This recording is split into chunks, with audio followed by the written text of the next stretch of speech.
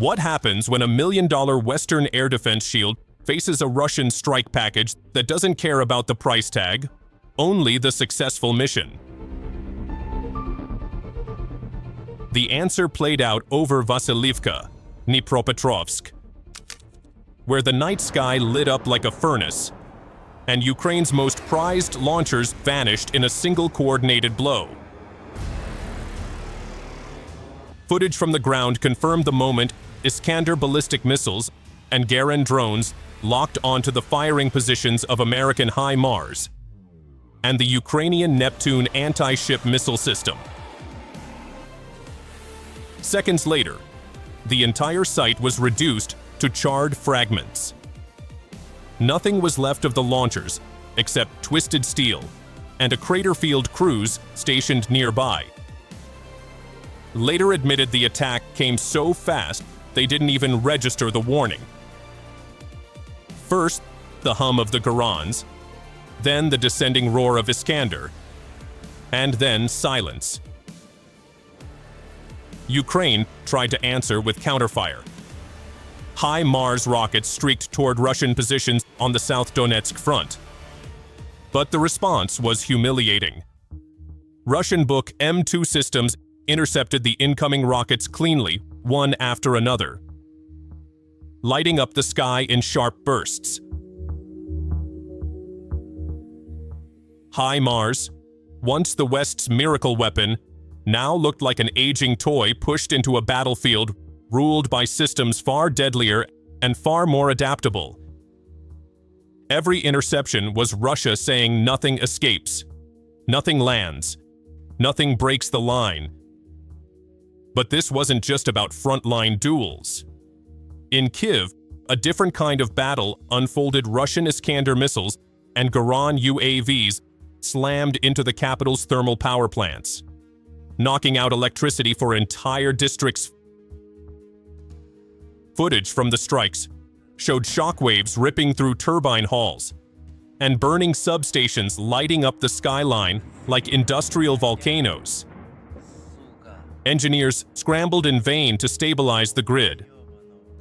But every time they recovered a fraction of power, another wave hit. Garans came low, forcing the air defenses to fire. Iskanders came high, breaking the defenses when they were already stretched thin. Dnipropetrovsk and Kyiv weren't the only regions suffering in Vasilkovka. Garand 2 drones hunted deep targets with eerie patience. Repair depots, warehouse hubs, ammunition storage sites, and industrial facilities converted for military use all went up in flames after direct kamikaze impacts. Dawn revealed the destruction. Roofs collapsed inward. Steel beams snapped in half. Machines meant for drone repair and vehicle restoration were buried under ash, and twisted concrete workers surveying the damage had only one question: how do you stop something that keeps coming, no matter how much you shoot at it? The answer grew clearer when analysts began tracing Russia's broader operational shift.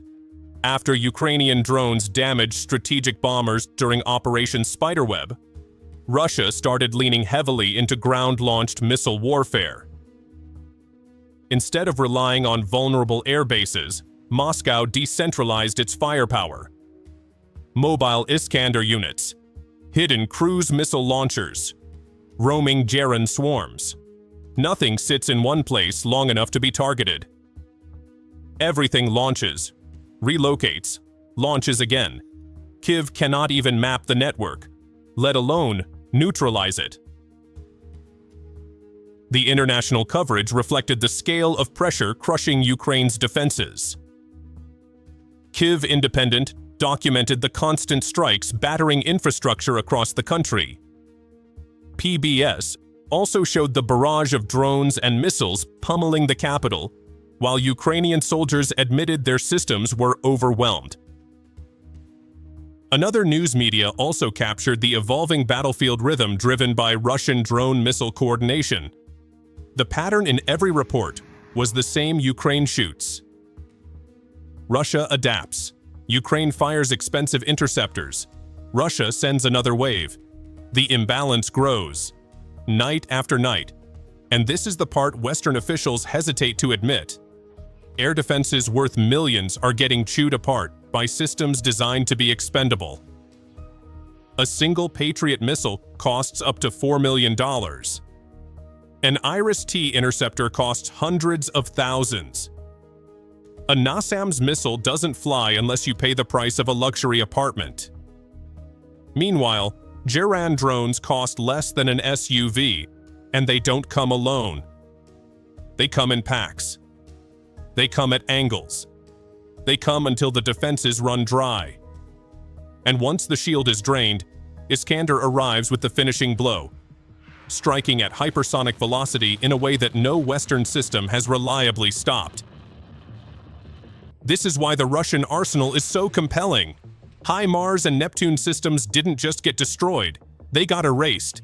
They disappeared under a doctrine that wastes nothing and kills everything. Ukraine protects million-dollar platforms with million-dollar interceptors, only for Russia to knock them out with weapons that deliver more firepower per dollar than anything in the world right now. This is the cold arithmetic of the battlefield. A launcher costing tens of millions was annihilated by an Iskander round costing a fraction. A depot filled with NATO-supplied gear was shredded by a Iran that costs less than the radar that failed to detect it. Russia's shift to ground-launched missile dominance has transformed the war into something Ukraine cannot counter with speed or money. Every depot, every radar, every launcher, every power plant now sits under a permanent shadow. Not the shadow of a bomber you can strike on an airbase. The shadow of mobile launchers hidden in forests and industrial zones. Launchers you cannot find. Launchers you cannot strike. Launchers that fire, move, and fire again. And as long as Iskanders fall like meteor strikes and Garans roam the night like mechanical hunters, Ukraine's defenses will continue burning under the weight of a strategy built for endurance.